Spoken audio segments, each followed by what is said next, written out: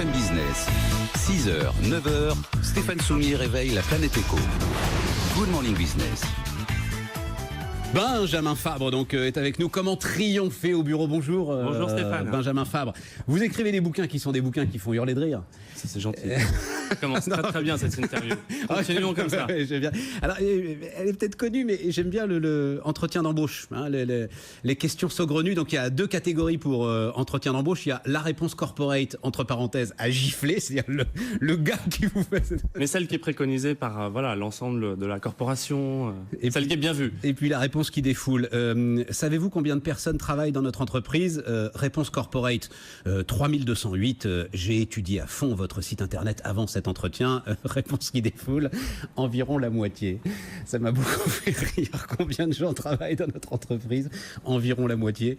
Et ça peut marcher, ça peut faire mouche en entretien. Je pense que vous dites faut faire gaffe. Les gens qui font passer des entretiens, enfin pour l'avoir un petit peu exercé, c'est quand même assommant de faire passer des entretiens. C'est un peu l'équivalent pour un prof de corriger des copies. C'est terrible quoi d'entendre les gens raconter, égrener des expériences. Ça peut être vraiment donc enchanter un peu l'entretien et avoir une petite répartie qui les réveille. Ça peut vous rapporter quelques points. Oui, mais vous dites qu'il faut faire attention parce que et alors on va commencer par là.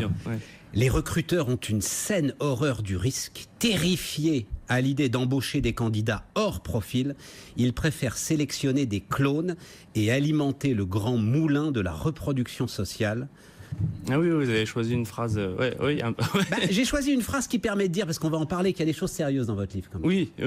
Non, mais c'est vrai que ce que je peux dire de manière humoristique, c'est que le recruteur, c'est un peu une feuille Excel avec un petit cœur qui bat. Il a besoin qu'on coche ces petites cases parce que ça lui fait du bien, ça le soulage. Il n'aime pas trop quand même une petite digression par rapport au profil, 5-6% maximum, pas plus.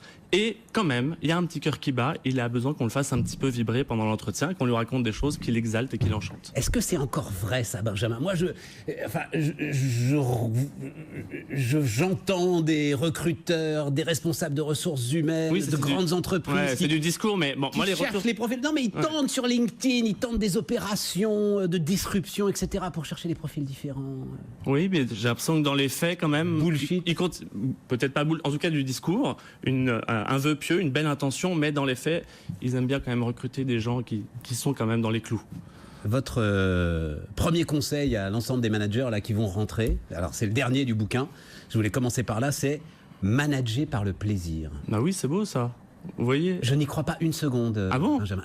Pas une seconde. Mais manager par le plaisir. Mais bien sûr. D'ailleurs, c'est quoi? C'est être vigilant en fait que les gens, ils peuvent éventuellement prendre leur pied dans leur travail. C'est y prendre garde. Ça a toujours été le cas. Ah bon? Non, je sais pas. Je vous pose la question. Ça a toujours... Vous rigolez? C'est une notion qui est complètement nouvelle. Enfin, je vais essayer de mettre du fun. On appelle aussi management bienveillant. Hein, oui, essayer de mettre du fun, essayer de mettre de l'inconfort aussi. L'inconfort, c'est aussi une manière de réveiller, de mettre, je sais pas, de l'originalité, de la surprise. C'est ça le plaisir en fait. Et ça va avec la notion de travail. L'orgasme est rarement paresseux. Donc pour moi, ça va ensemble. C'est joli ça. Ouais. Et donc ça veut dire que vous cautionnez ce nouveau truc là de Chief Happiness Officer. Qu'est-ce que c'est que ce truc là? Attendez, alors non, c'est pas vous spécialiste des ressources humaines. Chief Happiness Officer. Spécialiste mondial. C'est en train d'arriver. C'est en train d'arriver dans les open space. Qui s'occupe du bonheur au travail. Oui, c'est bien, très bien. Mais bon, c'est bien que chaque manager le prenne à son compte, c'est déjà pas mal. Mais le manager peut plus imaginer qu'aujourd'hui il va manager autrement que par le plaisir, notamment cette fameuse jeune génération. Non, mais c'est une des cordes qu'il a à son arc. Mais il faut qu'il l'utilise. Vous avez dit à votre conjoint, alors après il y a le quotidien, voilà, il y a le quotidien de. Je vais vous lire parce que c'est savoureux. Vous avez dit à votre conjoint, je reviens vers toi. On fait quoi ce week-end? Vous demande votre conjoint. On pourrait faire un tour à Deauville, par exemple. Bonne idée, il fait beau. Attends, je check la météo et je reviens vers toi. Là, vous êtes foutu. Quand vous en arrivez à dire ça à votre épouse, ou si vous écrivez bien cordialement à votre maman, quand vous lui écrivez un mail, c'est que vous êtes un petit peu foutu. Mais je donne des solutions. Évidemment, c'est pour rire. Mais je donne des solutions. Il y a un processus de déradicalisation lexicale qu'il faut engager. Vous l'avez en tête, votre processus? Moi, j'aime bien l'étape 2. Après le petit déjeuner, placez-vous devant une cloison blanche et lâchez des jurons, des phrases approximatives. Laissez partir. Et si vous avez des mots comme ASAP, kick-off qui sortent, ça veut dire que vous n'êtes pas encore bon, vous n'êtes pas encore décontaminé, donc il faut continuer l'entreprise de décontamination. Il y a 3 étapes.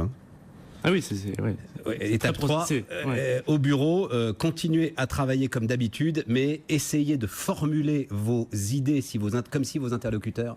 Avec 4 ans. Avec 4 ans.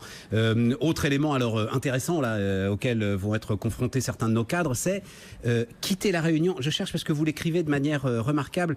Quitter la réunion avec discrétion et néanmoins panache. Oui, alors s'éclipser de parce réunion. qu'on me demande est-ce que j'ai le droit de sécher une réunion de temps en temps. Je dis mais non seulement vous avez le droit de sécher une réunion de temps en temps, mais c'est un devoir. C'est important de montrer que vous n'êtes pas toujours disponible, que vous n'êtes pas toujours, que vous avez autre chose dans votre vie que les réunions. Donc il faut sécher les réunions et il faut de préférence que quand vous séchez la réunion, ça crée du désordre, du désarroi pour que votre absence se ressente et qu'on mesure votre importance dans l'entreprise. Et s'éclipser avec panache, ça veut dire surtout ne pas se justifier et puis partir comme si vous étiez appelé par quelque chose de suprême, comme si vous étiez attendu par le pape. Et prévenir en entrée, vous dites il faut prévenir à l'entrée de la réunion, il va falloir que je m'absente, voilà, mais sans se justifier. Il va falloir que je m'absente, mais pas il va falloir que je m'absente parce que... Oui. Non, ça c'est un petit peu scolaire quoi, comme attitude. Un mot sur, là aussi, les sujets de rentrée pour un certain nombre de managers. Donc, on essaye de manager par le plaisir, par exemple, et tout, l'amour. Bon. Et pour ceux qui résistent, vous avez cette phrase: enfermé dans un placard, un frelon fait plus de bruit. Oui, alors ça c'est quand on est manager, parce que ça c'est la partie quand on est manager. Ouais, mais on parle bien aux managers. Bien sûr, évidemment. Et donc quand on est manager, on peut être confronté à ce cas où on a une personne dans son équipe qui résiste, qui dénigre, qui dessine des panthères roses pendant les réunions alors que vous êtes en train d'expliquer la vision à 15 ans. Voilà, ce genre de personne qui tire l'équipe vers le bas, vous voyez, qui casse votre dynamique. Eh ben, il y a 2 choses à pas faire avec ce genre de gars que j'appelle le frelon, parce que bon, ça lui va pas si mal. D'abord, c'est de ferrailler avec lui, parce que plus vous ferraillez, plus vous partez en conflit frontal avec lui, plus vous lui donnez de l'importance. Première chose à ne pas faire. Deuxième chose à ne pas faire, c'est le laisser dans son placard, parce que c'est tout ce qu'il demande. Au contraire, il faut... c'est là que je dis que dans un placard, il fait encore plus de bruit. Il est encore plus nuisible. Ça a une caisse de résonance. On voit très très bien l'image, effectivement. Et au contraire, il faut lui confier un projet important parce que ça va le déstabiliser complètement. Il va beaucoup moins faire le malin. Il va arrêter de dessiner des panthères roses. Et puis, il va éventuellement se mettre au travail. Et c'est ce qui nous amène à la fin. Il y a des moments, donc il y a évidemment des propos assez sérieux dans votre bouquin. Et notamment, vous parlez de ce qui est un des sujets quand même, aujourd'hui des RH, notamment dans les très grandes organisations. J'ai vu, moi, passer le terme que j'aime beaucoup de travail invisible, c'est-à-dire des tas de gens qui vont travailler, fondamentalement, ils ne savent pas pourquoi. Ouais. Voilà. Et là, vous avez des phrases assez définitives, où en gros, vous dites... ce que je dis encore, vous êtes le seul responsable de ce qui vous arrive. Ouais. Vous dites à ceux qui, là, vont peut-être nous écoutent, j'en sais rien, et vont au boulot, la boule au ventre, vous êtes le seul responsable de ce qui vous arrive. Non, pas sur le fait de souffrir, je veux dire, d'agression, ça vous n'en êtes pas responsable. Mais vous êtes responsable de harcèlement, mais même simplement, à un moment, mon travail est vide, je ne sais plus pourquoi je vais au boulot, et je ne sais plus comment je fais. C'est quelque chose de dur à gérer, quand même. Oui, c'est vrai, c'est quelque chose de dur à gérer, mais j'interpelle, disons que je demande à l'individu, j'interpelle l'individu, et je lui dis qu'il a aussi, ça part de... Là, je pense que j'exagère aussi un petit peu, c'est le but de provoquer, mais de lui dire qu'il a sa responsabilité dans son destin, quoi. Voilà, des gens qui se laissent glisser dans un confort un peu ouaté, qui deviennent ingérables. Voilà, ou dans des situations où ils sont pas en initiative, ils sont dans des jobs où ils se laissent un peu vivre. Ils en sont responsables. L'apitoiement n'est pas forcément le... qu'est-ce que ça apporte, l'apitoiement ? Qu'est-ce que vous faites avec de l'apitoiement ? Non, mais j'entends ça. Donc je secoue un peu mes lecteurs, mais toujours avec bienveillance. L'idée, vous parliez d'humour, en fait, l'humour, c'est une tournure d'esprit par rapport à toute cette difficulté. Évidemment, je nie pas le fait que la vie de bureau, elle peut être difficile, elle peut être âpre. Et ce que je transmets, en fait, dans ce livre, c'est qu'avec l'humour, on dégonfle un petit peu tout ça. Et c'est un truc que j'ai, c'est une aptitude que j'ai à, voilà, dans une situation difficile, à la tourner un peu en dérision, et ça passe mieux. Et c'est ça que je transmets dans ce livre. Bon, et puis alors, mais vous le lirez parce qu'on n'a plus le temps, dossier complet sur l'amour au bureau. Oui. Est-ce qu'il faut pas vous êtes loin d'apporter une réponse tranchée sur ce qui est quand même une clé. Hein. Vous faites une analyse, alors ça s'appelle analyse SWOT. L'ensemble de ceux qui sont dans les open space connaissent ça. Une analyse équilibrée, mais quand même, c'est difficile de dire aux gens que l'amour au bureau, c'est pas possible, parce qu'il y a quand même un tiers des couples qui se forment sur le lieu de travail, donc c'est un petit peu abusé de dire qu'il faut pas le faire.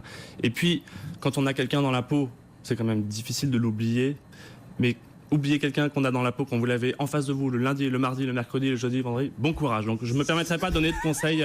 Voilà, l'analyse complète, elle est donc Comment triompher au bureau, Benjamin Fabre sur BFM Business.